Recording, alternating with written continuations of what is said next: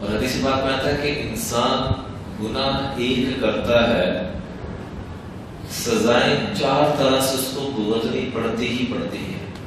مثال کے طور پر میں ایک گناہ کروں تو مجھے 4 طرح کی مصیبتوں کا سامنا کرنا پڑے گا، اور میں جب چاروں پریشانی عرض کروں گا تو ہر آدمی محاسبہ کرے جو بھی گناہوں میں پڑا ہوا ہے وہ چاروں مصیبتوں کا سامنا کر رہا ہوں، اور اس کے لیے پتہ نہیں کہاں کہاں دوڑے لگا رہا ہے۔ اللہ کے محبوب صلی اللہ علیہ وسلم پہلے بتا دیا کہ ان چاروں چیزوں کا حل صرف گناہوں کو چھوڑنے کے اندر۔ سب سے پہلی چیز فرمائی، اللہ چہرے سے رونق کو ختم فرما دیتے ہیں۔ ان لسیئۃ سوادا فی الوجہ وظلمۃ فی القلب ونقصا فی الرزق ووہنا فی البدن۔ اللہ چہرے سے رونق ختم کر دیتے ہیں۔ چہرے کا خوبصورتی یہ لائٹوں کے ساتھ نہیں ہے یا فشن کے ساتھ نہیں ہے۔ سیدنا بلال رضی اللہ عنہ کیا تھا؟ کالا تھا، لیکن وہ نور تھا کہ پوری دنیا میں پھیلا دیا جائے تو ختم نہ ہو۔ اللہ دل پہ ایسی کشش پیدا فرما دیتے ہیں۔ دوسرے نمبر پہ اللہ دل کے اندر سے پریشانیوں کو ختم فرما دیتے ہیں۔ دل سے چہرے سے نور ختم ہو جاتا ہے اور دل کے اندر سے سکون ختم ہو جاتا ہے۔ ڈپریشن میں چلا جاتا ہے انسان، پریشانی میں چلا جاتا ہے انسان، اور پھر طرح طرح کی دوائیاں کھاتا ہے۔ اور عجیب بات، جتنے بھی انسان گناہ کرتا ہے سکون لینے کے لیے، لیکن ملتا پھر بھی نہیں۔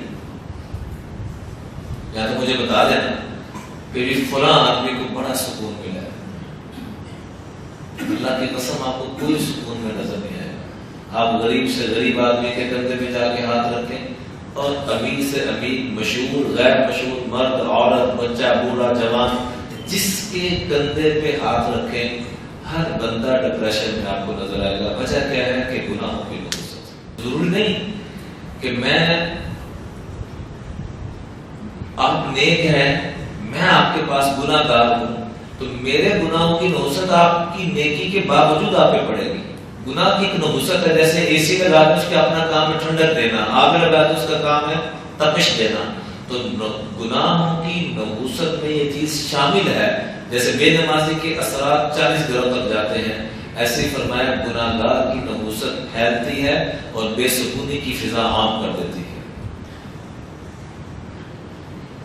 اسی طرح میں باپ سے درخواست ہے کہ گناہوں سے اپنے آپ کو نکالیں۔ دل کا سکون اگر لینا ہے تو اس سکون کو لینے کے لیے انسان کبھی دائیں دھکے کھا رہا ہے، کبھی بائیں دھکے کھا رہا ہے، کبھی فلاں خواہش کو بھی کر رہا ہے، کبھی فلاں خواہش کو بھی کر رہا ہے، سکون پھر بھی نہیں مل رہا۔ اور تیسرے نمبر پہ فرمایا وَنَقْصًا فِي الرِّزْقِ، اللہ مال بڑا دے دیں گے لیکن برکت نہیں ہوگی۔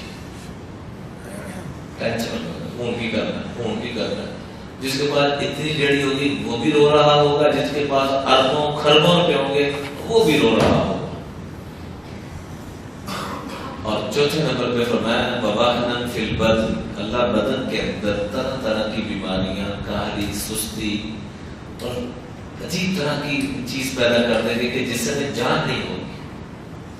کوئی خوراکوں کو رو رہا ہے، کوئی کسی کو رو رہا ہے، سب گناہوں کو چھوڑ دیں۔